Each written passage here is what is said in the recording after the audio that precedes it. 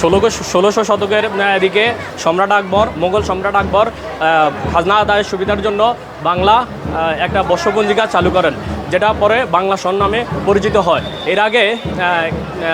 এর আগে কৃষকেরা তাদের খাজনা দিত হিজরি সন অনুযায়ী, কিন্তু হিজরি সন কৃষির সাথে মিলত না মিলার কারণে মোগল সম্রাট একটি বাংলা সন বাংলা সন প্রবর্তন করেন।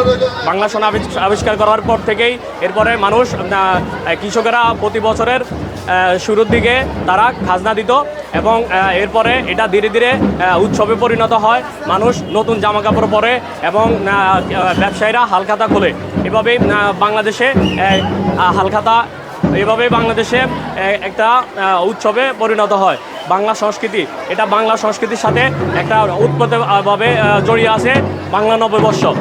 আপনারা দেখছেন আজকে রায়পুর বণিক সমিতি, রায়পুর উপজেলা প্রশাসন, রায়পুরের বিভিন্ন স্কুলের শিক্ষার্থী সহ বিভিন্ন মানুষ, সকল শ্রেণী পেশার মানুষ আজকে এই পয়লা বৈশাখের র্যালিতে অংশগ্রহণ করেছে। এটা বাংলাদেশের মানুষের একটা প্রাণের উৎসবে পরিণত হয়েছে। আপনারা দেখছেন যে রায়পুরে মার্চেন্ট একাডেমি থেকে এখন উপজেলা পর্যন্ত এই র্যালিটা হবে এবং আজকে সারাদিন সেখানে বিভিন্ন রকম অনুষ্ঠান হবে, গান বাজনা হবে, সাংস্কৃতিক অনুষ্ঠান হবে। আপনারা যারা রায়পুরে আছেন আপনারা অবশ্যই এখানে চলে আসবেন।